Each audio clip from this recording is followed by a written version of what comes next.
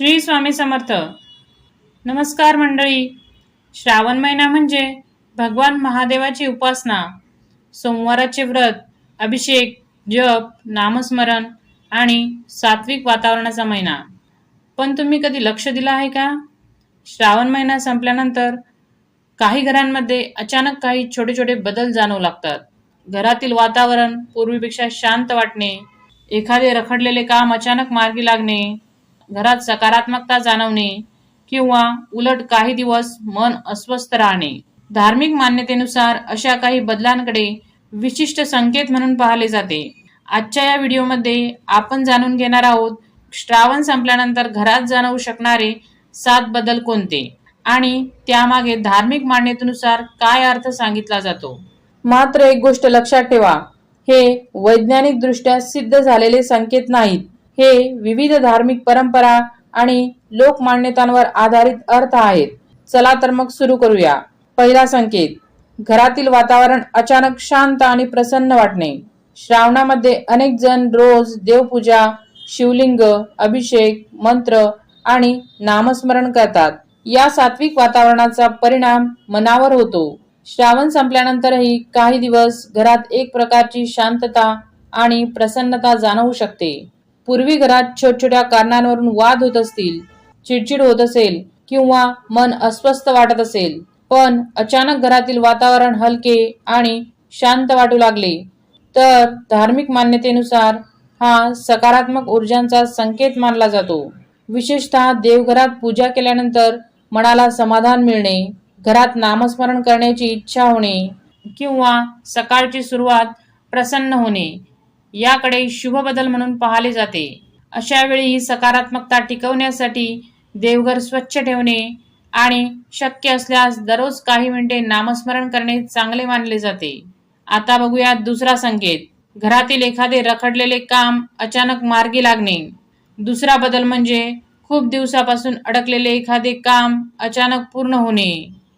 उदाहरणार्थ, घरातील एखादे महत्त्वाचे काम वारंवार पुढे ढकलले जात असेल, एखादी कागदपत्राची प्रक्रिया अडकली असेल किंवा एखाद्या व्यक्तीकडून उत्तर मिळत नसेल आणि अचानक श्रावण संपल्यानंतर त्या कामाला गती मिळाली, तर धार्मिक मान्यतेनुसार त्याकडे अडथळे कमी होण्याचा शुभ संकेत म्हणून पाहिले जाते. महादेवाची उपासना केल्यानंतर मन शांत होते आणि निर्णय घेण्याची क्षमता वाढते. त्यामुळे काही वेळा आध्यात्मिक साधनेसोबत आपले प्रयत्नही योग्य दिशेने जातात. म्हणून फक्त संकेतांची वाट न पाहता आपले प्रयत्न सुरू ठेवणे महत्त्वाचे आहे. आता तिसरा संकेत, देवपूजा आणि नामस्मरणाची इच्छा वाढणे. तिसरा बदल खूप सुंदर आहे.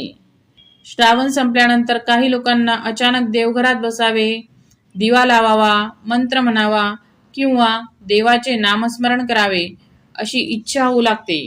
धार्मिक मान्यतेनुसार ही मनातील सात्विकता वाढण्याची खूण मानली जाते. श्रावणामध्ये आपण नियमितपणे पूजा करत असतो, त्यामुळे त्या काळात तयार झालेली भक्तीची सवय पुढेही टिकू शकते. जर श्रावण संपल्यानंतरही तुम्हाला सकाळी उठल्यावर देवाचे दर्शन घ्यावसे वाटत असेल किंवा शांतपणे काही वेळ मंत्र जाप करावासा वाटत असेल, तर त्या भावनेला जपणे चांगले. कारण भक्ती केवळ एका महिन्यापुरती मर्यादित नसते. श्रावण संपतो पण श्रद्धा संपत नाही. आता बघूया चौथा बदल, घरात स्वच्छता आणि अनावश्यक वस्तू काढून टाकण्याची इच्छा होणे. श्रावण संपल्यानंतर काही जणांना अचानक घराची स्वच्छता करावी, जुने सामान आवरावे किंवा देवघर नीट लावावे असे वाटते. धार्मिक परंपरेत स्वच्छता आणि सात्विकता यांचा जवळचा संबंध मानला जातो. घरात अनावश्यक वस्तूंचा पसारा असेल तर मनावरही त्याचा परिणाम होतो. म्हणून श्रावण संपल्यानंतर घराची स्वच्छता करणे, देवघर स्वच्छ करणे, जुनी आणि न वापरणारी वस्तू व्यवस्थित करणे हा एक चांगला बदल ठरू शकतो. याकडे धार्मिक संकेत म्हणून न पाहता घरातील सकारात्मक वातावरण निर्माण करण्याची एक चांगली सवय म्हणून पाहता येते. आता बघूया पाचवा बदल, घरात अचानक आनंदाची बातमी किंवा शुभप्रसंगाची चाहूल. पाचवा बदल म्हणजे घरात अचानक एखादी आनंदाची बातमी मिळणे. उदाहरणार्थ एखादे काम पूर्ण होणे, कुटुंबातील व्यक्तीचे यश, चांगली बातमी मिळणे किंवा बऱ्याच दिवसापासून वाट पाहत असलेल्या गोष्टीबाबत सकारात्मक उत्तर मिळणे. धार्मिक मान्यतेनुसार अशा प्रसंगांना देवाची कृपा आणि सकारात्मक काळाची सुरुवात मानले जाऊ शकते. पण येथेही एक गोष्ट लक्षात घ्या, प्रत्येक चांगली घटना म्हणजे चमत्कार असे समजणे योग्य नाही. आपले प्रयत्न, योग्य वेळ आणि परिस्थिती यांचाही त्यात मोठा वाटा असतो. देवावर श्रद्धा ठेवताना स्वतःचे प्रयत्नही तितकेच महत्त्वाचे आहेत. आता बघूया सहावा बदल, मनातील भीती, चिंता किंवा नकारात्मक विचार कमी होणे. सहावा बदल बाहेर दिसत नाही, पण तो सर्वात महत्त्वाचा असू शकतो.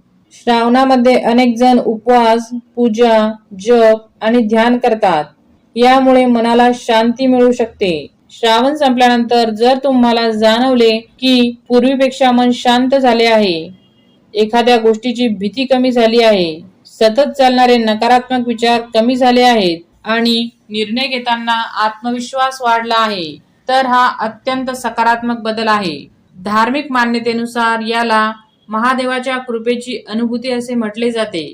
याचा अर्थ असा नाही की आयुष्यात पुढे कोणतीही अडचण येणार नाही, तर अडचण आल्या तरी त्या सामोरे जाण्याची मनाची ताकद वाढणे हा खरा सकारात्मक बदल आहे. आता बघूया सातवा बदल, घरात पुन्हा पुन्हा शुभ आणि सात्विक गोष्टींकडे मन आकर्षित होणे. आता शेवटचा आणि सातवा बदल, श्रावण संपल्यानंतरही जर तुम्हाला देवाचे दर्शन घ्यावेसे वाटत असेल, धार्मिक ग्रंथ वाचावेसे वाटत असतील, मंदिरात जावेसे वाटत असेल किंवा घरात शांत वातावरण ठेवावेसे वाटत असेल, तर धार्मिक मान्यतेनुसार हा सात्विक संस्कार मनात टिकून राहण्याचा शुभ संकेत मानला जातो. श्रावण आपल्याला एक गोष्ट शिकवतो, देवपूजा म्हणजे फक्त विधी नाही, तर मनाची शुद्धता आणि चांगल्या विचारांची सवय आहे. श्रावण संपल्यानंतरही रोज काही मिनिटे नामस्मरण, देवदर्शन किंवा शांत ध्यान करण्याची सवय ठेवली तर त्याचा मानसिक दृष्ट्याही फायदा होऊ शकतो. श्रावण संपला म्हणून पूजा किंवा देवाचे स्मरण पूर्णपणे थांबवण्याची गरज नाही. आपल्या श्रद्धेनुसार साधे नियम सुरू ठेवता येतील. दररोज देवघरात दिवा लावणे, काही मिनिटे नामस्मरण करणे, घर स्वच्छ ठेवणे, शक्य असल्यास गरजू व्यक्तीला मदत करणे आणि घरात विनाकारण भांडणे किंवा नकारात्मक बोलणे टाळणे, या छोट्या गोष्टी घरातील वातावरण चांगले ठेवण्यास मदत करू शकतात. तर मंडळी, श्रावण संपल्यानंतर घरात जाणवणारे 7 बदल धार्मिक मान्यतेनुसार शुभ आणि सकारात्मक संकेत मानले जातात. घरातील वातावरण शांत आणि प्रसन्न होणे, रखडलेली कामे मार्गी लागणे, देवपूजा आणि नामस्मरणाची इच्छा वाढणे, स्वच्छता करण्याची इच्छा होणे, शुभ बातमी किंवा आनंदाची चाहूल मिळणे, चिंता आणि नकारात्मक विचार कमी होणे, मन सात्विक आणि धार्मिक गोष्टींकडे आकर्षित होणे. पण लक्षात ठेवा, देवाची कृपा केवळ एखाद्या संकेतामध्ये शोधण्यापेक्षा आपल्या चांगल्या विचारांमध्ये, चांगल्या कर्मांमध्ये आणि इतरांना दिलेल्या मदतीमध्ये शोधणे अधिक सुंदर आहे. जर तुम्हाला हा व्हिडिओ आवडला असेल, आपल्या कुटुंबातील आणि मित्रमैत्रिणींना शेअर करा आणि अशाच धार्मिक आणि आध्यात्मिक माहितीसाठी आपल्या चॅनलला सबस्क्राईब करा. हर हर महादेव. ओम नमः शिवाय.